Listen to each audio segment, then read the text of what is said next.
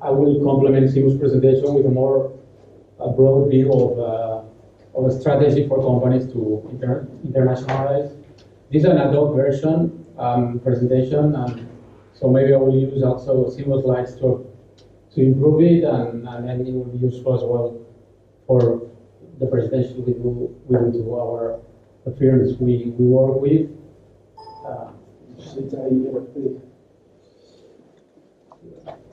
Okay. I think I'm not going to contradict Simus. He's a much more experienced guy than I am. May just complement on some other sides.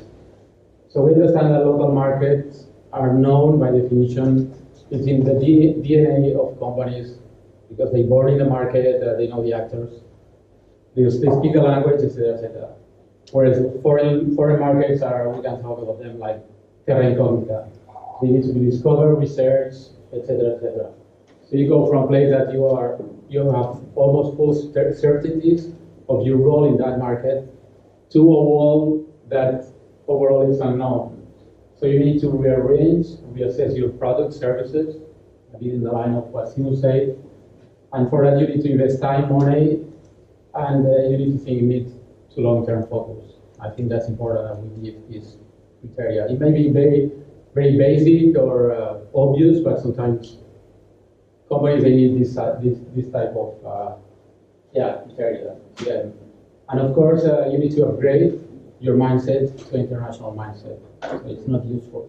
Of course, you have companies that they are born like global born companies, like these profile companies that they don't matter, they don't mind about the market if it's local or international. But in broad terms, the majority of companies they need to change their mindset.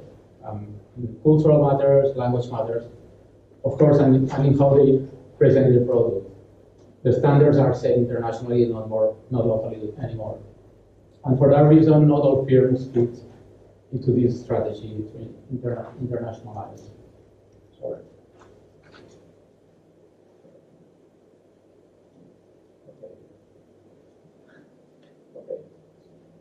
So one of the focus of this presentation is to learn from the big picture to a qualified one to a local one, because Simu said we have more than 200,000 bids around, so tenders around, and there's many opportunities, many tenders around.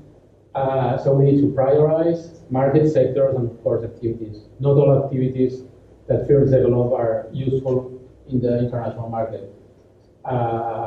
So we start from the big picture at origin, at home.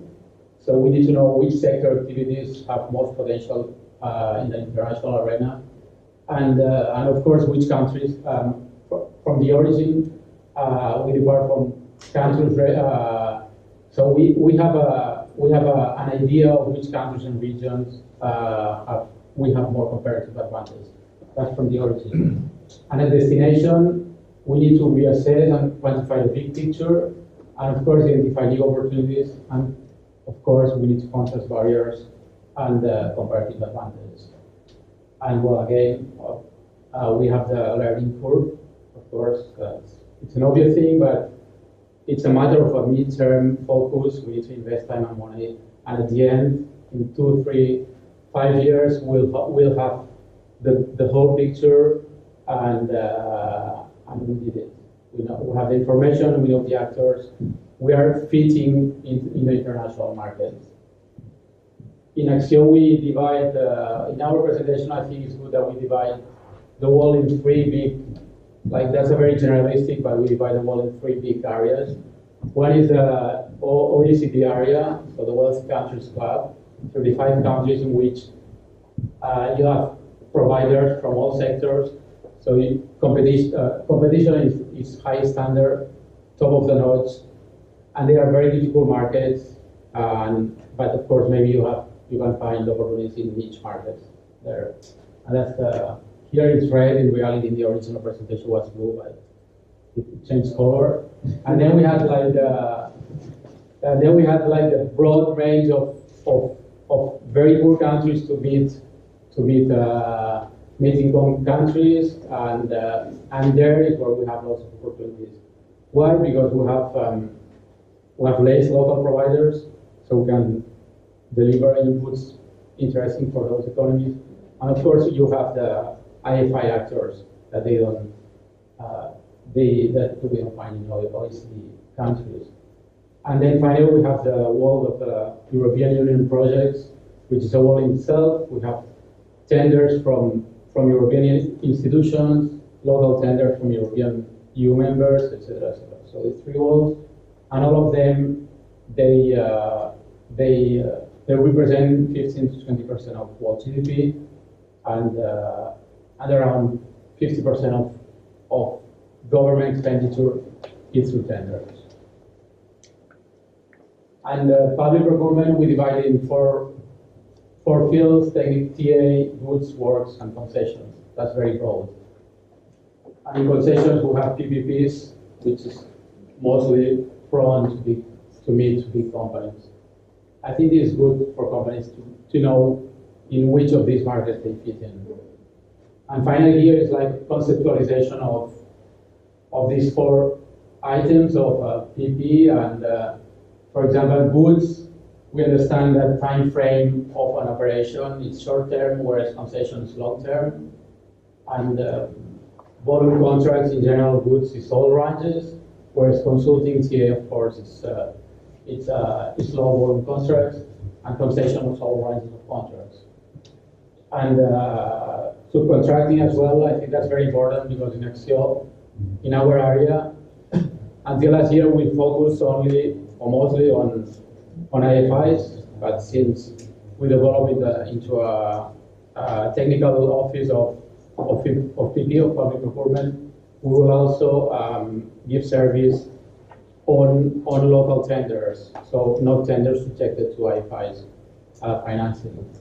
That's important that we know which of these items or areas of PP make sense in terms of subcontracting. For example, goods rarely, TA rarely, but works and concessions, they're very prone to subcontracting. And then finally, which are the barriers for firms, and the opportunity cost. Opportunity cost is a very interesting term, and I think from BSO point of view, it's a challenge, because lots of companies sometimes they don't ask detailed information, but they ask us to give them like a broad picture of the international markets. And in this sense, they want to know which is the opportunity cost for them to go to that market instead of this other market. And again, the institutions that Simon talked about. So what do we talk about when we talk about IFIs? We have MDBs, multilateral development banks, EU, and then UN institutions, and you have bilateral cooperation. And then you have finally we have the local administrations, which are separated from IFIs financing. And finally, we contrast multilateral PP, public procurement versus local. By definition, multilateral is transparent because you have international homogeneous rules, whereas local PP, you have local rules which can be different from country to country. And obviously, when you jump from multilateral public procurement to local public procurement, you amplify the range of sectors. That's very convenient. Right. So here's the difference between both. But the most important conclusion is that they complement each other. So you should not, I think that's the conclusion now you have throughout your experience. So any firm eager to step in foreign markets, they need to consider both local and multilateral public procurement. Even if one has more local rules, whereas the other has rules that are more transparent, international based, etc., etc. Finally, what do we talk about? When we talk about IFIs, well, you know them, so we're not going to explain much. And well, it's important that that they offer financing and professional advising for the purpose of development and some logos. this Seamus, he explained enough. So why IFIs? So another way to internationalize opportunity in some sectors, and you have all the reasons on terms of security, reliability, payment, a way to approach different countries, etc., etc. And how we prioritize markets, and why we talk about countries or why we talk about regions. Well, regions make sense because problems and needs are shared within different areas. So we'll have culture, language, geography, etc., etc. But of course, firms they can leverage from single country site or headquarter or maybe partner.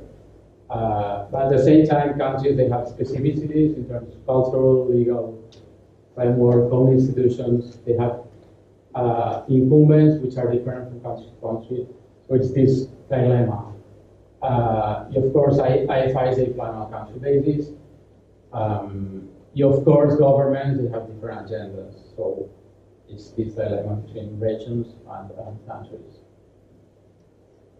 And how to prioritize from markets to regions. It's a bit wrapping up what Seamus talked about. To start, we have low-cost information sources from the internet, The Economist specials, TV, other financial magazines, of course, conferences on our home. Networking, specialized institutions, maybe such as ACCIO, going to speeches, having meetings, informal, etc. And of course, the information that websites provide. So this is low cost. But to low cost, we go to investing in money, and I think that's important. We give this idea that companies they need to invest money, they need to invest not only money but also time. So time, you need time because you need to read the documents, read the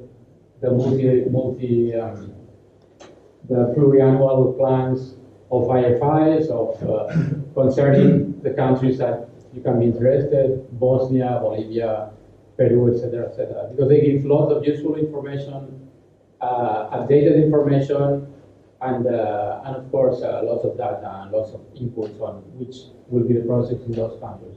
That's not investing in money because you can download for free those documents. It's investing on time, so indirectly it's investing money. And then we have the conferences in different places, meetings, as Seamus said, of local governments, institutions, and that's investing both in time and money, traveling, and contracting institutions, maybe such as ACCIO or Paris de France, Chamber of Commerce, etc. So priority list, this is just an idea. I don't think lots of companies they go to this level of detail, but you should be able to position countries and double check which knowledge from reassess. So you should write down the pros and cons and also barriers of each country. So lots of experts, they have this in mind. I think sometimes it's good to write it down and check this with your colleagues. And this table, well, highlights and visualize relevant factors concerning the countries. So in the end, we understand after this road to company strategy for internationalize companies, they should be able to internalize the knowledge of international markets, and then of course make a opportunity cost function on which markets are worth investing in. And finally, international markets, they should master. So we go to the last part, the source of opportunities. A bit right, also giving similar information than Seamus. Different sorts of opportunities, the web aggregators like DevEx, networking, again, conferences, and of course traveling. We divided in 3 fields. So we have in 2 fields. So the internet, beyond the world news documents that we already mentioned, and trends. So we have the IFI's portals, They give transparency, autonomy, and they are free of charge, of course. And they are key to build a pipeline of projects.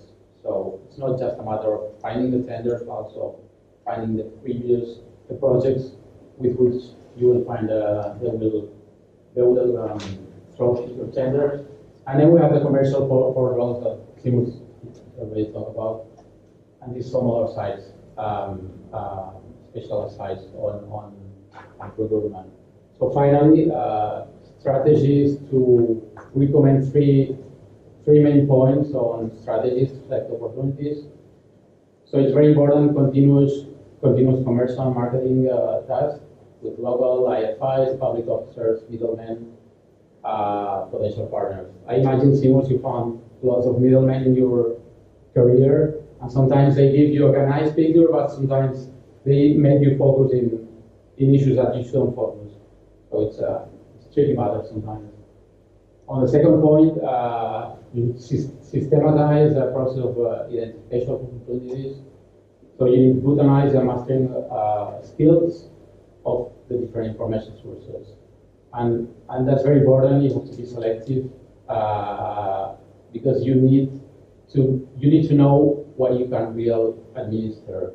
So it's important to avoid intoxication, too much information that you can administer. You don't have the skills or the staff. You need to have a clinical eye of the key points of the project. And this morning, to attend the youth service, we learn a lot about that. We need to know if we have the necessary resources. Otherwise, we can go partnering. And so you have to be earnest. You need to pretend that you are offering something that you cannot supply. And then think about investing in bidding, in human resources, financial, traveling again, asking, etc. And then what? Go and review your past mistakes. What? Tender service. And finally, once you select opportunities, the 50 opportunities that Simus talked about his company having in their pipeline. So you need to do a due diligence on the opportunities that you identify, because you need to know if the information is attainable or it's too difficult, so that you should reject it. If it's feasible to find a partner or other key firms to help you reach a successful bid. And then, of course, analyze your competitors. Think about your lobbying skills. Again, that's very important.